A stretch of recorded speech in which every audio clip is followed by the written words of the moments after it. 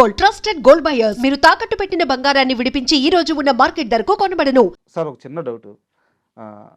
ప్రభాస్ గారు launching time Eshwar movie యాక్చువల్గా ఆయన ఫాదర్గా చేయాలనుకుంటే కృష్ణరాజు గారే చేయొచ్చు, కొడుకు లాంచింగ్ కాబట్టి. బట్ ఏరి కోరి శ్రీకృష్ణ అనే ఆ క్యారెక్టర్ కావాలని చెప్పి తీసుకొచ్చుకొని పెట్టుకున్నారంట. కాదండి, ఇది నా ఫ్రెండ్ అశోక్ కుమార్, ప్రొడ్యూసర్. అతను నాకన్నా చిన్నోడన్నా, నాకు చాలా చాలా ఇష్టడు సార్. నాలాగే కొద్దిగా ఓపెన్గా ఉంటాడు అతను.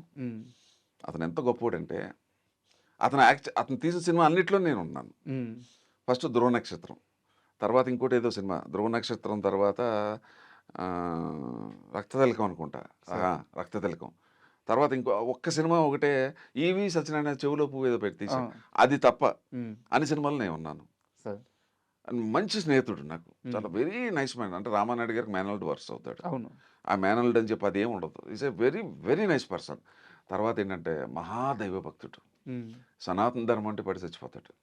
ఎవరికి తెలియదు అశోక్ కుమార్ గురించి.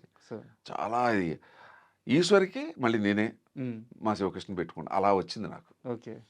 అతను ఆ వేషం రావడానికి నాకు నా మిత్రుడు, నా శ్రేయోభిలాషి అశోక్ కుమార్. సార్, ఆ రోజు 2001, 2002 టైంలో మీరు చూసిన ప్రభాస్ వేరు, ఇప్పుడు మనందరం చూస్తున్న ప్రభాస్ వేరు. బాగా ఎదిగాడు కదా సార్, బాగా ఎదిగాడు. ఎంత ఎదిగినా కూడా ఎదిగినోడు ఎంత ఎదిగే కొలిది ఒదిగి ఉండాలంటారు కదా, అది నేను విన్నాను. చాలా ఒదిగి ఉంటాడని, చాలా మర్యాదగా ఉంటాడు. అది మాత్రం అందరూ చెప్తున్నారు, ఒకళ్ళు కాదు కదా, అందరూ చెప్తున్నారు.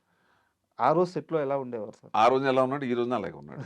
ఎందుకంటే నేను ఒక 15 ఏళ్ళ తర్వాత మొన్న ఎక్కడేదో కలిశాను, గగవా పరిగెత్తుకుంటూ వచ్చాడు. మీరే అని చెప్పి గవబా వ్యాన్లోంచి దిగాడు. ఏంటి ఇలాగ వచ్చారేంటి అన్నాడు. లేదు నన్ను ఏదో పని మీద వచ్చాను, నువ్వు వచ్చావని చెప్పి నేను ఇలా కనపడేది అన్నా. లేదు, అది మాత్రం అది అందరూ నేను చెప్పేది కాదు కదా, అతను భోజనాల దగ్గర కానీ, అతని దగ్గర కానీ, ట్రీట్మెంట్ కానీ, ఆ మర్యాద కానీ, అదే కృష్ణరాజు గారి కన్నా ఇంకా ఎక్కువ అని చెప్తారు అందరూ. అదేనండి, ఒక మనిషి ఎప్పుడు గొప్పవాడవుతాడంటే ఇదే మంచితనం అంటే. ఎందుకు ప్రభాస్ గురించి ఎంతమంది మాట్లాడుతున్నారు? There should be a reason in it. అంటే తెలుగులో సామెత ఉండే, ఎదిగే కొలిది ఒదిగి ఉండాలని. దాని రిప్లికా ఇస్ ప్రభాస్, నేను విన్నది. అండ్ సార్, అదే ఇప్పుడు మనం ఇప్పుడు దాకా మాట్లాడుకున్న ఎంతసేపు కూడా మీరు నా దేశం అంటున్నారు, నా ధర్మం అంటున్నారు, ఏమన్నా చేయడం నా బాధ్యత అంటున్నారు, పేదవాళ్ళు అంటున్నారు. అసలు ఈ దేశం కోసం కానీ, పక్కన ఉండే మనుషుల కోసం కానీ ఏమన్నా చేయాలి, ఈ మైండ్ సెట్ ఎలా అలవాటైంది? చెప్పాను కదా, it's only because my father, మా తండ్రి వల్ల. ఆయన మీకు కావాలంటే ఇప్పుడు వెళ్ళి ఎంక్వైరీ చేసుకోండి, షామీర్పేటకి యువతల నుంచి మెయిన్ రోడ్ నుంచి మాది బొమ్మరాజుపేట విలేజ్ లోపలికి ఉంటుంది, మాది ద్రాక్ష తోట, 4.5 కిలోమీటర్స్ సొంత రోడ్డు వేసాడు. ఇవాళ 20 గ్రామాలకు అదే రోడ్డు. ఆయన మెటల్ రోడ్ అది ప్రైవేట్ ల్యాండ్, ప్రైవేట్ గవర్నమెంట్ వేస్తానంటే ఎవరు ఒప్పుకోవాలి. మా ఫాదర్ ఇల్లు నిలబడితే అందరూ ఇచ్చేసారు. అందులో మా తాతగారు వరుస ఆయన ఇచ్చాడు. అందరూ బయట అందరూ ఇంతంత ల్యాండ్ ఇస్తే 4.5 కిలోమీటర్స్ రోడ్డు వేసాడు ఆయన సొంత డబ్బులతో. తర్వాత ఆర్టీసీ బస్సు పెట్టించాడు రాత్రి. ఆర్టీసీ అంతా చాలా హై ఇన్ఫ్లుయెన్స్లో ఉండేవాడు ఆయన.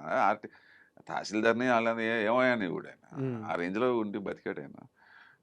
ఏమైనా నాకు బస్సు అన్నాడు, దొరగారు రాజుగారు బస్సు వేస్తే అట్లాగా, మీదేమో అడివి, రాత్రి బస్సు వచ్చి అక్కడ డ్రైవర్ పడుకుంటాడు, వాళ్ళకి అన్నం నా గెస్ట్ హౌస్, నా రూము, నా భోజనం, నీ సొమ్మేం పోయింది? మరి పొద్దున్న నేను టిఫిన్ పెడతా, కాఫీ ఇస్తాను, ఇంకేంటి మీకు ఏం కావాలి? పడుకోవటానికి బెడ్ ఇస్తా, ఇంకేంటి కావాలి మీకు అన్నాడు. అలా 1 ఇయర్ నడిపాడు. ఆ బస్సు రాత్రి వచ్చేసి పొద్దున్నే అన్ని ఊర్లు కలెక్ట్ చేసుకుని వెళ్ళేది.